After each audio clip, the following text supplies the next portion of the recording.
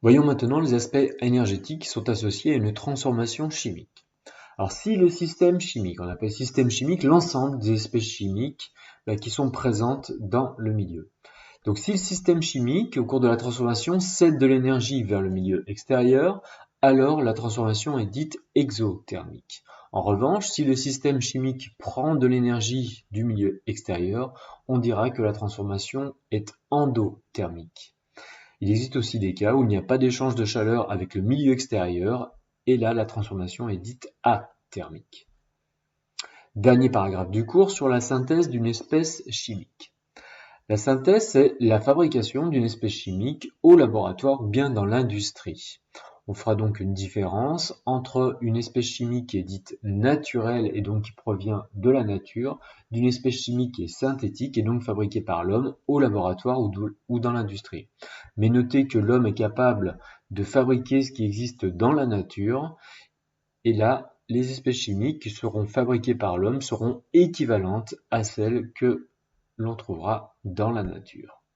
Alors pour la synthèse, comment est-ce que l'on procède au laboratoire de chimie? On effectue un chauffage à reflux. Un montage de chauffage à reflux, il permet d'accélérer la synthèse chimique en conservant la matière, parce que au cours du chauffage, donc on va placer les réactifs dans le ballon avec de la pierre ponce.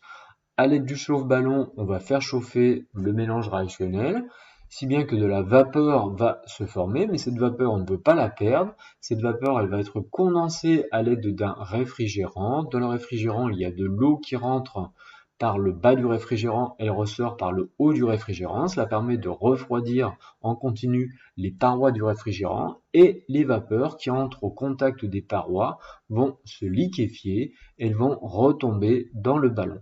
Donc cela permet de maintenir le système réactionnel ou le mélange réactionnel au chaud pour accélérer la réaction de synthèse sans perdre de matière parce que la matière ne peut pas s'échapper de ce dispositif. La vapeur, elle retombe dans le ballon. On parle de reflux, donc ça reflue en fait la vapeur, elle reflue dans le ballon. On parle de chauffage à reflux.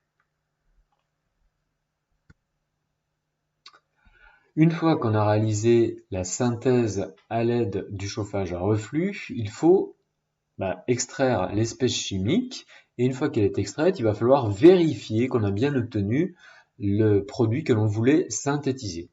Donc c'est l'analyse du produit formé. Il existe plusieurs méthodes pour vérifier qu'on a bien obtenu le produit désiré et en plus qu'il est pur, mais l'une des méthodes les plus simples à mettre en œuvre au laboratoire, c'est de réaliser une chromatographie sur couche mince ou CCM.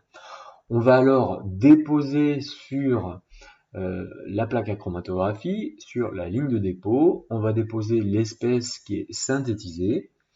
Et puis à côté, on peut par exemple bien comparer à l'espèce naturelle et on pourra donc comparer que dans l'espèce naturelle, il y a une tâche qui est en commun et à la même hauteur. Donc cela vient bien confirmer que l'espèce qui a été synthétisée, elle est comparable, elle est identique à l'espèce qui est naturelle. Mais là, on voit que dans l'espèce qui est naturelle, il y a la présence d'une autre espèce chimique, mais qui n'est pas identifiable et qu'on n'a pas nous synthétisé.